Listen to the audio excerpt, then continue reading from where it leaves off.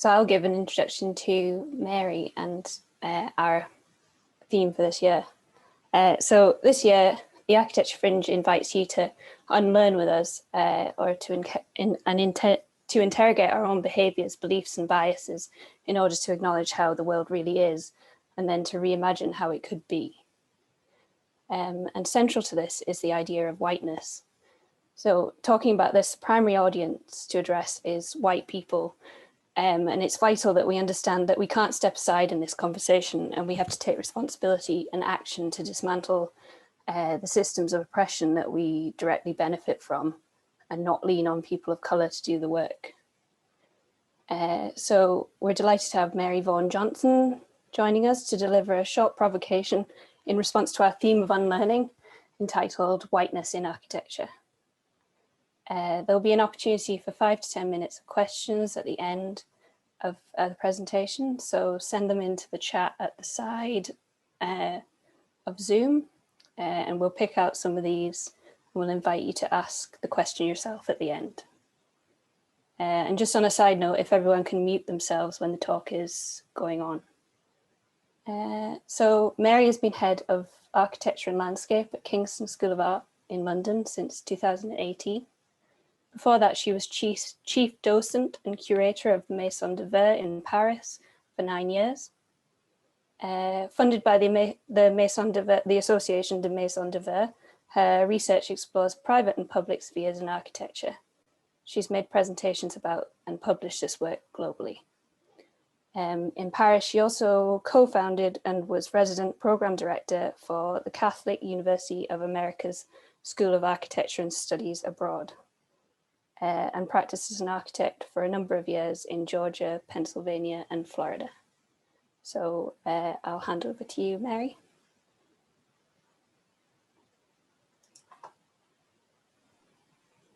Should unmute myself first. Hello, everyone, and just like to take the opportunity to thank Architecture Fringe for inviting me to this platform and to give me the opportunity to talk about something I'm quite passionate about, but have not had such a platform. So it's the first time I've been given a platform to talk about this, so I really appreciate the opportunity. I thought I would start, and I'm gonna go ahead and show my first slide. So bear with me for a second.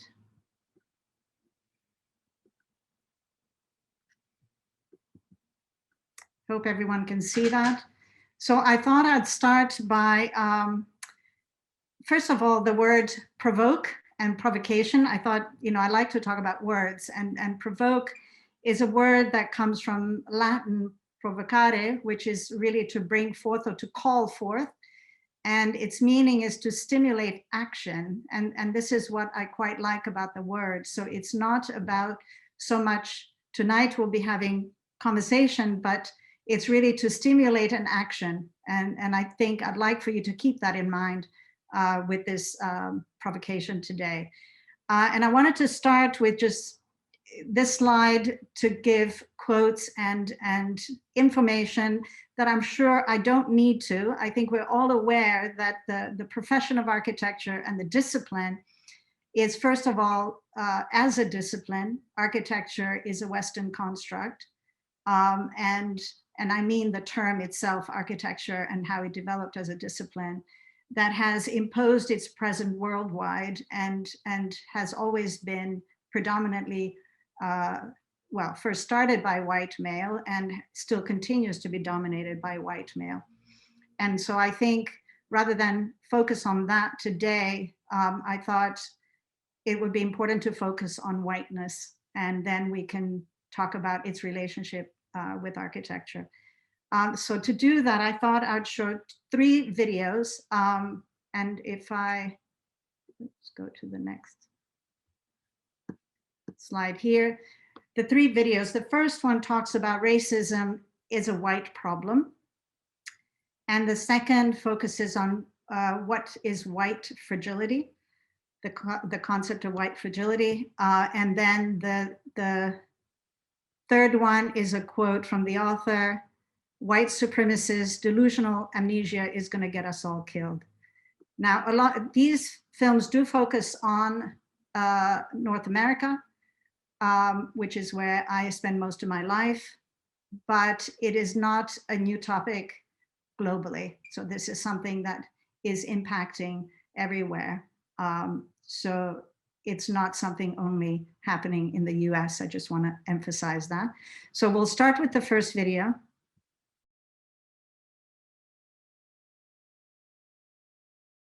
Let's try to go back.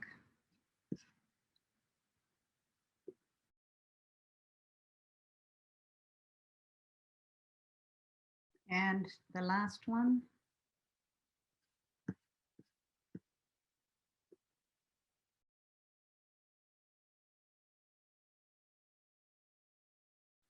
And I was just going to end with this last slide, which is coming from Slow Factory. It's a nonprofit organization, and thought I would end the provocation with this column of the levels of whiteness, and maybe each of you consider where, you know, people who are white like me, consider where we might belong on that column, on that different levels.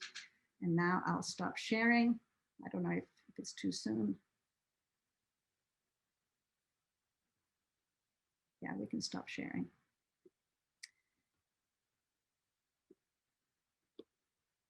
Yeah. So I'm happy for us to start with questions. Great. Thank you, Mary. Thanks for responding with a provocation. Nobody's put anything in the chat, but does anybody want to ask anything themselves just now? Well, I guess I have a question. So, yeah, what steps have been taken to address the systems that favour whiteness at Kingston, where you're teaching just now? Particularly interested in your approach to positive discrimination situations when that happens. It's a tougher question than you realize. It's what I've been struggling with from the beginning. So one of the first things that I did when I started my post, which was 2.5 years ago, is I invited an organization called Shades of Noir to work with the staff. And this was, they were brilliant. I mean, it's a great organization. The dilemma is that oftentimes what happens when you create a space it's an uncomfortable space, right? And maybe I should have warned everybody before I showed the videos that this is going to be very uncomfortable. But I also believe that, and we know this as creative people, that part of the process of creation, when is about entering into the unknown. It's about the willingness to enter into an area that you don't know anything about. And it can be very uncomfortable when you're provoked in that space, like what the videos I've shown you. So what tends to happen when I organize this is that most of the staff who came, because it was not made mandatory, the staff who, of course, were ready or were in that place where they wanted to make a difference or they wanted to understand. But it was a very small percentage out of the whole group. So I had to, in fact, because we spent quite a bit of money on it, so I had to open it up to the rest of the schools. So invite photography and fine arts and the design school as well, because we couldn't get enough people to enter that space. So it's a challenge. So with that, I think the thing that the thing that will be the actions that are speaking louder, let's put it that way, I think, and it has a lot to do with why I'm here today, I think, is that we Nana Biamofosu, who's here in the room, and Bushra Mohammed came to me to propose a studio that they wanted to teach. And they had three proposals they made, but the one that really attracted me was the research project that they wanted to pursue on the compound house, which is an African typology.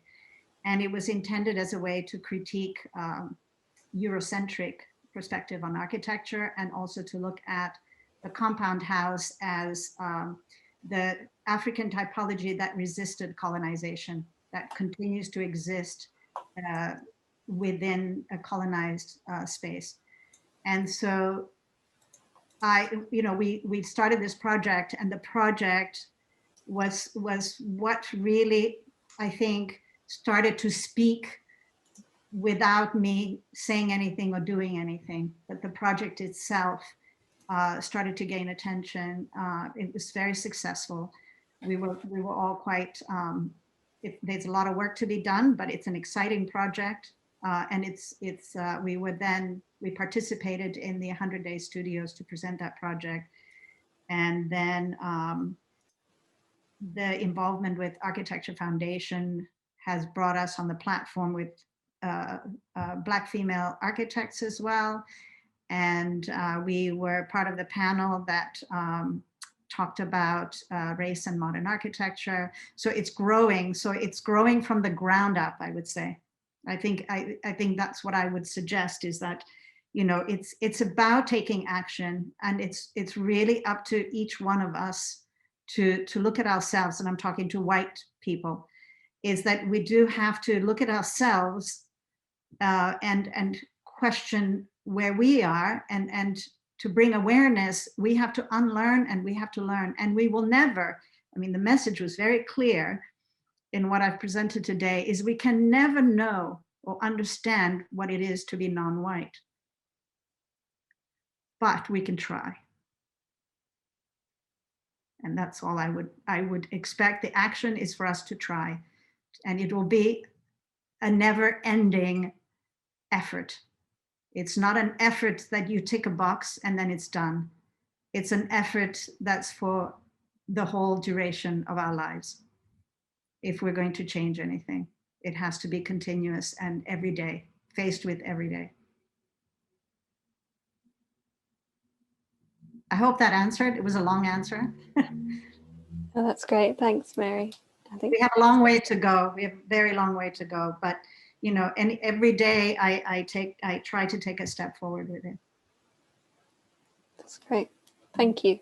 Yeah, and as we're trying to do in the Architecture Fringes, it's all a big ongoing process, and this is just the very kind of point of departure of this process.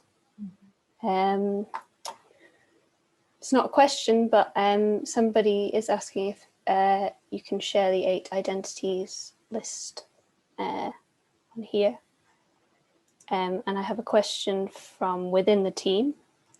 So they're saying, in architecture, do you think we often feel good about ourselves on very narrow terms?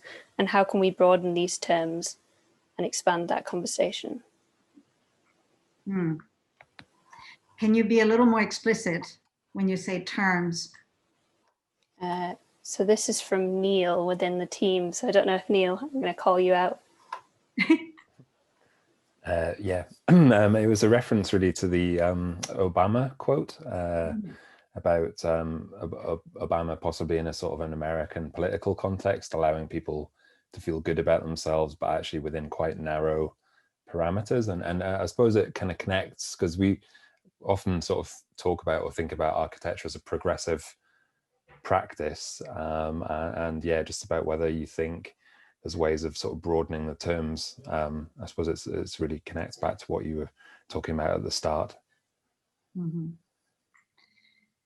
Yeah, I think with the Obama thing, I put these videos very deliberately in the order that they were, and I don't know if anyone even noticed the links between the videos with certain words that were being used, even though they are completely disparate narratives told by completely different people, which to me is what sort of starts to speak.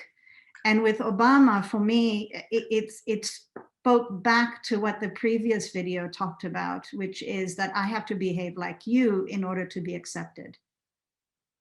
You know, so he was symbolic.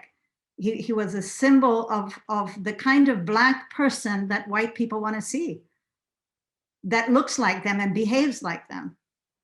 And that's why he could never talk about racism, because if he ever dared to bring that word up, then he wasn't behaving like a white person anymore. So it isn't just about symbolism. I think it's even more than that. It goes much deeper. And he knows it, right? He knew it. His wife knew it. The whole family knew it. They had to always present this perfect image that suited the white perspective. Well-educated, Harvard University, the top of the Ivy League schools. You know, he could tick all the boxes that fit in what the white wants to see, and it's not authentic. It's not authentic. It's not who he is. But he couldn't be himself. And I think this is what we have to realize and open up to. And Robin DiAngelo talked about fish out of water. And then Sonia Renee Taylor talks about being a fish in the ocean. I think it's a really good analogy, is that when you're swimming in an ocean and you're at home in the ocean, you don't know what it's like. You don't understand. And until you get to the edge where it gets rough. And this is when you're really starting to confront the issues, to confront who you are, because you're being removed, or at least being pushed to the edge where you can start to look at yourself more clearly. Because when you're in it, you can't see. And architecture, to me, there's something particular to architecture that builds on the ego. And this idea of individualism, because we put a name to a building, but we all know that it's not one person who contributed to that building. It's not one person who designed it. It's a collective endeavor. It's never been one person, never. But we're taught to believe that we are as architects. Fountainhead, we're the saviors. We're saving the world. We're creating a better future. Our ego is so built up that we don't know oftentimes, and students struggle with that too. When we do group work, it's a struggle. They don't like it. It's that individualism, and and it builds on that ego. And I think until we start tackling that, we're not anywhere close to what we need to do in architecture.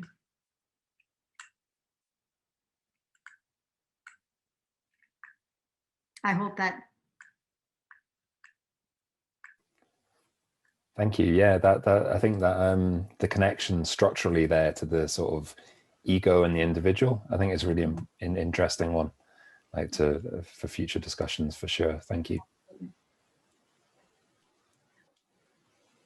We've got a question from Andy White. Andy, I don't know if you want to ask this question yourself. I can just unmute. Yeah. Yeah, it's just a kind of, hopefully not off topic. Maybe I'm a bit optimistic, but I was going to say, is it ever possible to just manage to make the leap and be colorblind in our dealings and just treat people as fellow human beings? Or do you think that we always need to have this consciousness? We're not the same, right? I agree. I think we should actually celebrate the fact that we're not all the same, but at the same time, we are all equal. We are different but equal, if that makes sense to you. So yeah, do you think we have to always have this consciousness? I know it's maybe an optimistic way of thinking, and I think to some extent we do. I don't actually see it. I don't actually see it as optimistic. I actually see it as dangerous. I see it as dangerous because it's part of the problem. And that's what the first video was talking about. And what I really like touches me and grabs me every time I've watched that video is the pain and the emotion that that Black person is feeling, that is feeling every single day of his life, every single day. And as a white person, we are not conscious of that because we don't have to. So to say colorblind, to say, I don't see you as Black, I see you as human. He explained it in that video. When you say that as a white person, what I hear is that you want me to be like you. You want me to pretend I'm white. You want me to eat your food. You want to be like you.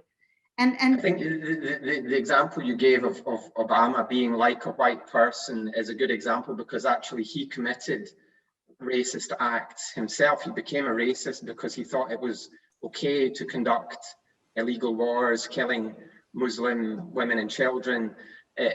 You know, it's external to the states, but it's still a form of racism when you go to somebody else's country and you kill them because they're a different religion.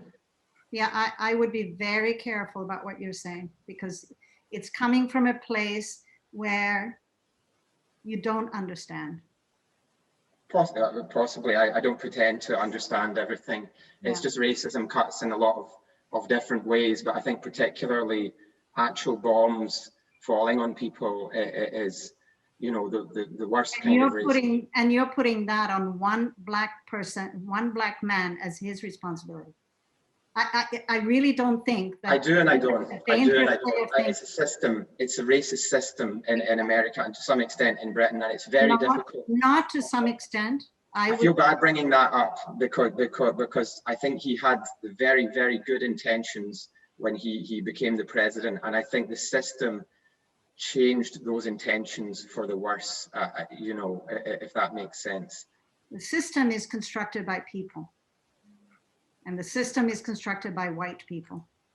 Yes, yes. So he fitted into a system that caused. Well, let's not look at Obama as an individual that is responsible for that.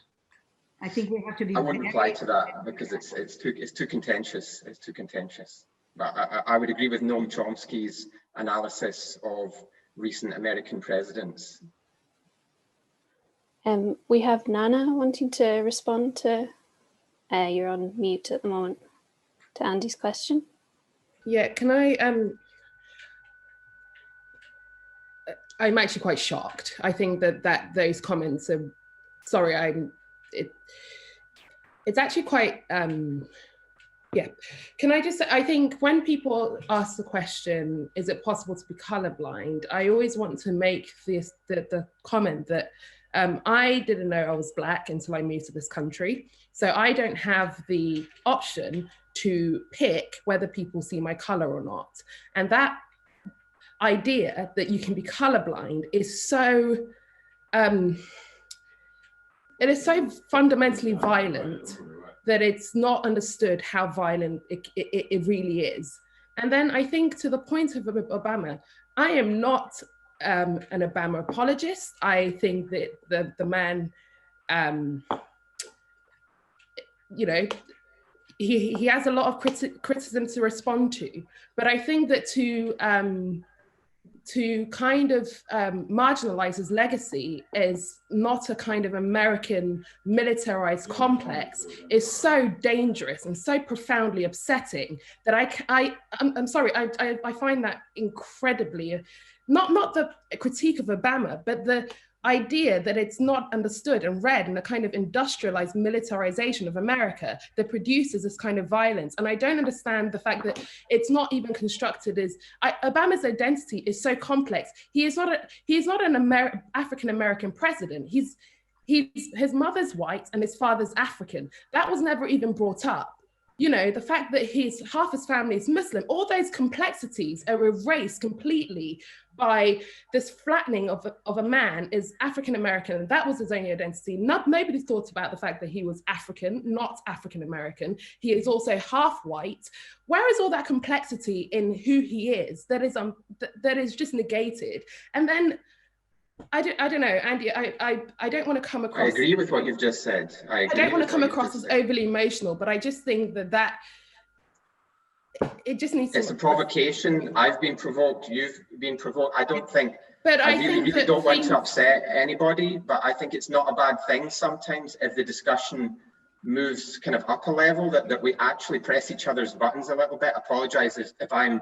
But what is that trying to? What is that trying to instigate here? Where is that? Exactly. Because I need to learn. I need to find out things. I need to find out how you feel. I need to understand what your opinion is and listen to it. And I just listen to what you said, and I don't disagree with that. Everything is oversimplified, and I don't disagree with what you've just said about Obama. It's not oversimplified. I think it's this kind of. It comes from a place of privilege to ask that question, and I just think that it's just. I don't mind having a discussion, but I hope it is understood the place of privilege it comes from. I planned on completely staying silent in this conversation, but I just found that, I'm sorry, I couldn't go unchallenged. I just think that it's and the grading of systems of violence, I don't think we should do that. I don't think we should say one thing is worse than another and so on and so on. I think it's a dangerous thing to do. Can I interject? I think first there was the discussion of colorblind, and I think that's extremely problematic because of the complexities. But the other thing that I would caution is that it's so much easier to blame someone else. So the focus on America as if it's an American problem is also problematic. And tonight, I'm hoping tonight it's about looking at ourselves, and it's not about pointing the finger somewhere else.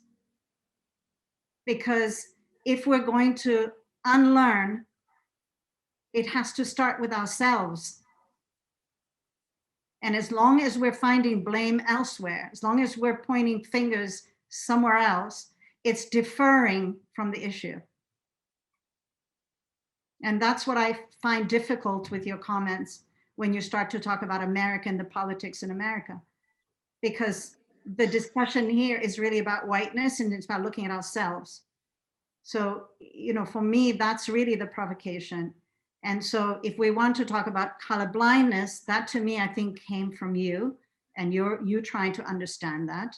And I think that we can discuss. And I think for me, I can say, even for me as a woman, when men say, I don't see you as a woman, that I am blind to that you're a human being to me, that's bullshit. I'm a woman.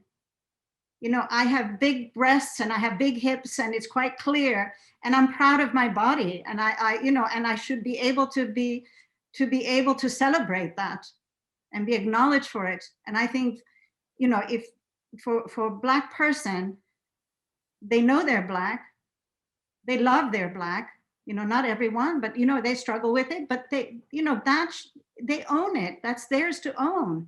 And when you say colorblind, it's that same idea of the first video talking about humanity, like, because I'm white, I'm human. And it's based on the Western philosophy of individualism.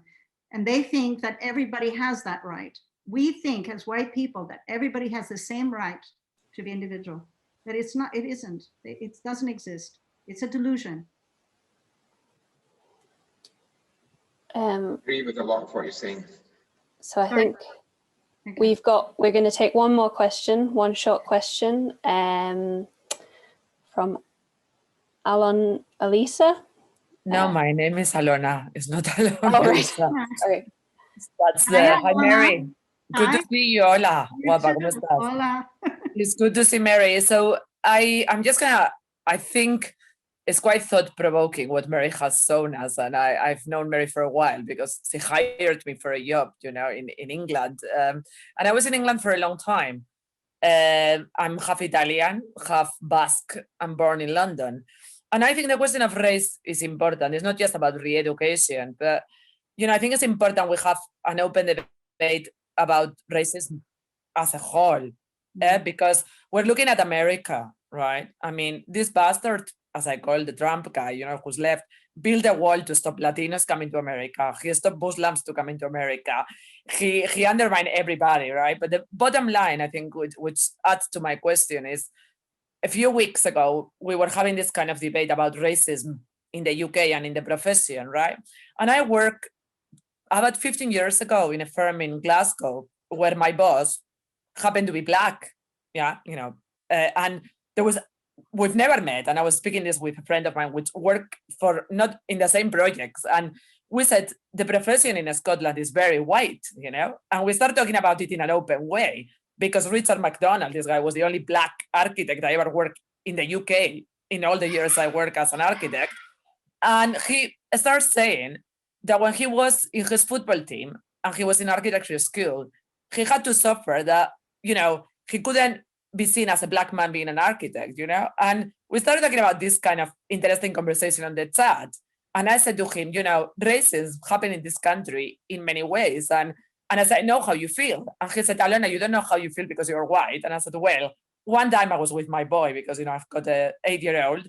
I was taking the booster in Plymouth where I work, and a car ran me over nearly. And I went around to the woman and I said, what's going on? And she said, you bloody foreigner, go home. I didn't even open my mouth, you know, and I confronted her. And then when the police came over, the police officer said, oof, you were very brave to confront her, because we have so many racist attacks every day in Plymouth against gay people, against disabled people. And I said, bloody hell, you know, I said, how is this possible in the modern age? And she said, well, you were lucky you were not attacked. And I'm like, bloody hell, this happened to me as a white European woman in the pre-Brexit era. So how does every day a Black architect feel working in Scotland? And I'm a Scottish chartered, you know, because I studied in Edinburgh and I lived in Edinburgh for a long time. And I feel as Scottish as anybody else, as much as I feel any British as anybody else. But what worries me, Mary, from the presentation you mentioned, is the fact that, you know, Trumpism came in America as a result of Obama, which, you know, as your colleague mentioned, his mother was as white as me, really, you know, his father was African from Kenya. But the reality of the UK, and what concerns me, is that what we are seeing with Brexit and the kind of racist approach above anything that is different, and how this great colonial Britain is coming the post-Brexit era in a great way, covered by COVID, because everybody's at home, so there's no meetings in the street and stuff. Aren't we really replicating the Trumpism that we've seen in America, the images of the 6th of January, right, which I was in Spain, you know, and in the UK, and passing legislation that is even worse, because at the end of the day, the European Union, something that did for this country is put very heavy legislation on equality, you know, equality, because the legislation has to be harder. I mean, to me, it's like, I've seen it in Belfast between Catholic and Protestants, but I've never seen such a society, and Mary, forgive me for being so straight because I'm to the point, as racist in the way, as impossible as whiteness. I mean, I was yet today giving a reference to an African colleague, Teboho, which Mary knows, which wants to do a course in Oxford. And when I went to look at the department, everybody was white. You know? I was just like, you know, nothing against anybody here, because, you know, we all have to have diversity of people, but we have to have an honest debate about race in architecture. And the debate has to go beyond color only. It has to be about re-educating ourselves fundamentally, and put ourselves in a position that it doesn't mean by me thinking, you know, how one of my Black African students of PhD is feeling every day in England, because I feel we need to have that conversation. She needs to tell me how, you know, every time people question her English, right? So it makes me rethink that when I'm correcting her script for her PhD, I don't want her to think that I'm telling her her English is not that good, you know, because it's her third language. So we need to have a much more honest debate in the profession, because the profession hasn't done enough and is not doing enough in my view, right? And I think this has to be really an open debate throughout. And it's kind of interesting because we look at Mary, and this is what I was saying to my son, because Mary knows my son. You look at Mary and Mary looks to you as white, right? You know, comes across white American, her accent. But Mary is actually African. And, you know, I had this debate with other African friends like John and Louis, and they said, Mary is more African than me, right? And I remember being with Mary in South Africa, speaking with other people from her country, you know, and you couldn't make a difference. So, yeah. Well, I have to, yes, I mean, I hear this a lot, but I have to be also authentic about, you know, my own experiences. So having grown up as the only white kid besides my siblings in an all black school, and this was during apartheid, so racism was there, yeah, was the norm, it was accepted. Is that I grew up hating my skin because of my skin, I never felt I belonged. I wasn't one of everybody else. I was the odd one out. However, I always knew and was always reminded every day that I was in a privileged position. This is true, Mary. So I think, yeah. So I have to, you know, this is something I have to work out for myself, is my own privilege, because I am in a world where whiteness has privilege. And for several years, I would say, living in Paris, you know, I struggle with it. I'm reminded of it all the time because my children are also mixed.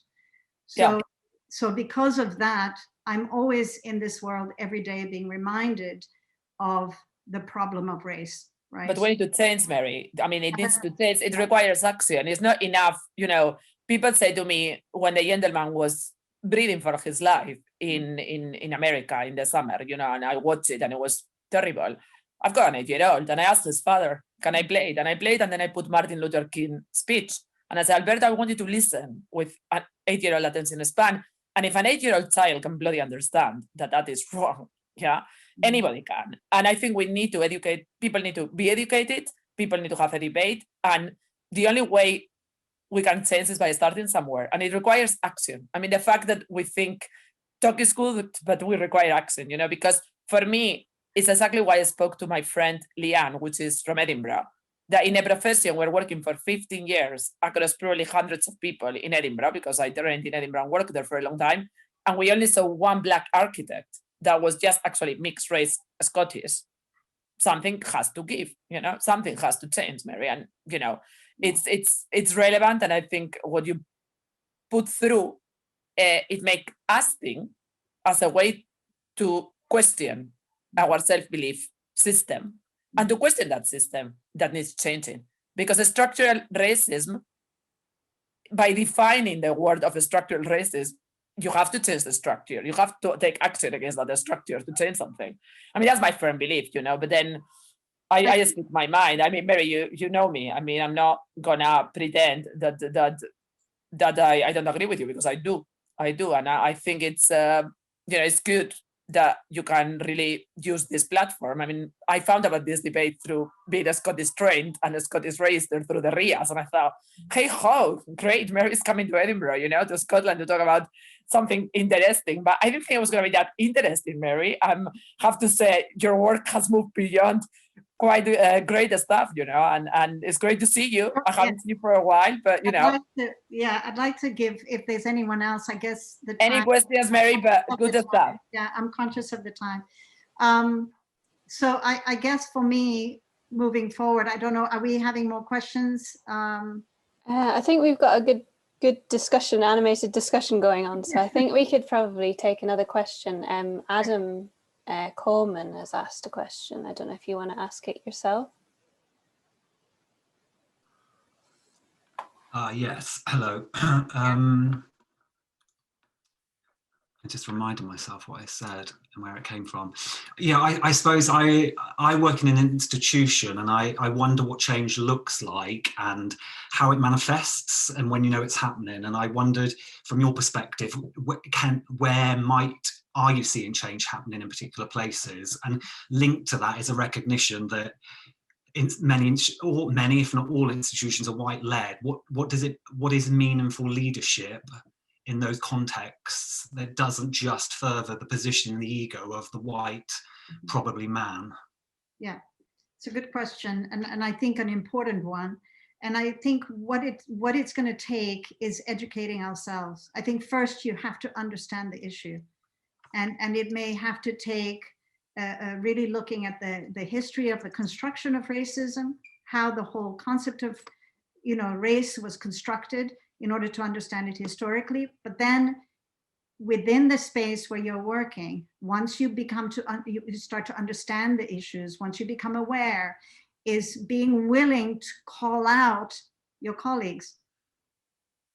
Because you have to learn to understand concepts of microaggression, you know, concepts of anti-racism. What does that mean? You know, and I think with that understanding, you'll start to notice, you know, the ways people are behaving. You'll start to notice the things that are being done that are inappropriate, decisions that are being made that you know from your awareness is not the right way to go.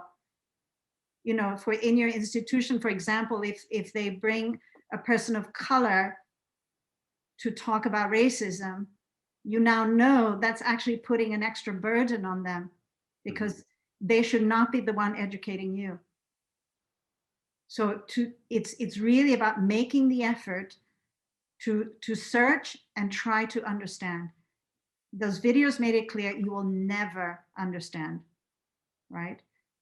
But the effort and the trying to understand and then calling out your colleagues and having those hard and difficult conversations.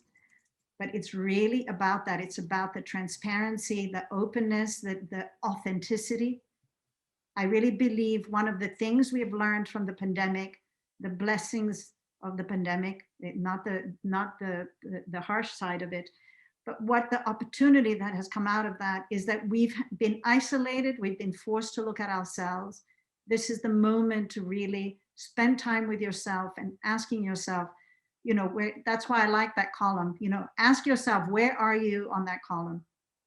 You know, and how far down do you want to go? I love that the supremacy is at the top and the abolitionist is at the bottom. And this is why I think the real work that's happening is on the ground. And it will, you know, there will be opportunity to change the top, but as long as we have a top-down structure, I don't see how that's possible. I really don't believe in a top-down structure, and our institutions, the Western world structure of management of institutions has always been top-down, and that's part of the problem. So yeah, it's an effort on each of us individually. Now that you've become aware, is that you make the effort. You make the effort to unlearn and to learn, and it will never end.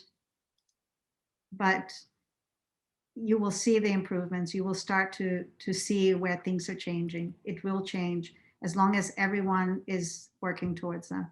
It'll change. I have hope.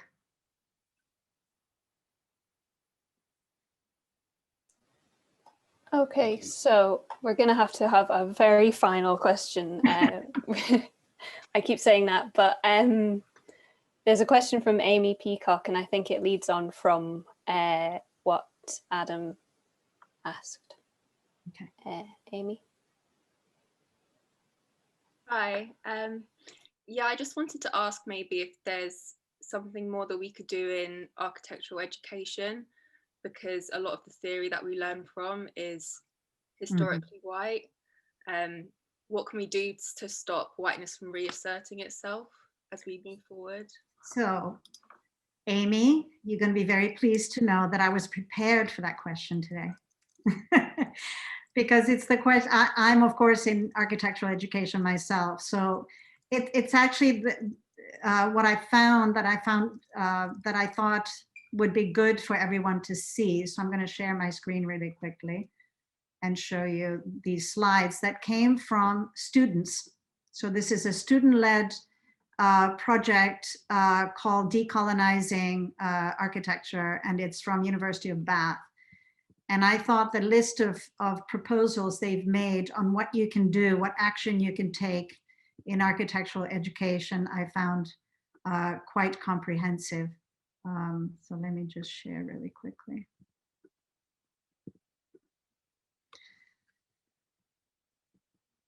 So this is the main, so they're giving here action points for an equal education. Teaching globally. And you can find this on Instagram. So they have this is where I got this from. So their IG is decolonizing architecture. Encourage social projects. I think this is really, really important, because when you encourage social projects, it starts to allow conversations where everyone can contribute. It's much more difficult when the conversation is focused on a Eurocentric canons of the definition of architecture that tends to stay in the realm of aesthetics and you know, tectonics, things that are removed from human experience, right? From discussing culture, from discussing differences in social inequalities. So I think it's really important to bring that in, the multidisciplinarity of architecture as well. Engaging educational boards to develop more global views. Context. I think this one is really important as well, and this is what the book on race and modern architecture does, is that it shows sort of the shadow or the dark side of European architecture and its history. We tend to teach only the good side. You know, we tend to teach the things we celebrate about architecture, but I think we need to show both sides. So the you know, wars, for example, colonization, slavery, all those things need to be as visible so that there is a more comprehensive understanding of the history of architecture. Making reporting tools known, feedback, getting students involved. We're working on a project at our school that Nana is leading, actually, on looking at yeah, these issues of inequality. Rethinking recruitment. So we are responsible for someone like in my position. This is something I'm trying to do, is to diversify the staff, because we have, in fact, at Kingston 60-70%, around 60 some students at entry level who are non-white, and the staff demographics are certainly not reflecting that. So we're far from being anywhere close to a balance. And I think, you know, role models are really important for young people, and we need to be able to provide those role models. Resources. So this is something else that we need to develop and work on, is developing a better collection of resources and references. Yeah, and actively advertising wider. So that's just what I thought was useful to share today, but I think it really is about trying to shift the lens a little. So it isn't just about widening, but it's also about shifting lenses and hearing from different perspectives. Because we all, I mean, this is the other thing, you know, architecture sees itself as this, as a discipline that sometimes removes itself from human experiences. You know, every student who enters into architecture experiences architecture every day. We all live in buildings. So we need to be much more inclusive about allowing students to talk about their experiences and to contribute to a discussion of architecture in a more personal way. I mean, this is one of the arguments that Bell Hooks makes about the Western philosophy of dualism that separated the mind from the body, so that in education, we require the student, when they enter the classroom, to leave their body behind. You know, philosophy is now arguing that, in fact, we've never been modern. You can never separate the mind from the body. You know, we are embodied beings. And so we should be able to talk about experiences and feelings in a learning environment, and not create this space that tries to be so objective that we distance ourselves from it. So I think that kind of discussion that allows students to be able to be much more personal about what they're doing and to bring their own personal experiences to what they're doing will change the atmosphere in education. So I hope that answered a little bit the question.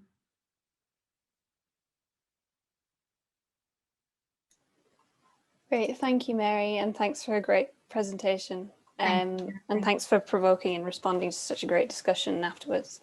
Thank you. I think we have a lot to think about, and we know, as we know for the ArchiFringe, this is the start of a very long process of unlearning. So yeah, thank you again from everyone. Yeah, and it'd be great. I'm happy to give references. I think there were some already given in the chat, but it'd be great to start also developing references that we can all look to so we can learn more and try to understand the situation better, so we know how to move forward and how to ask the right questions, how to take, you know, actions. Mm-hmm. That's Thank great. you We'll so make much. a note of all this. Yeah, thank you. Thank you for having me. I really appreciated this. Thank you, Mary. Yeah.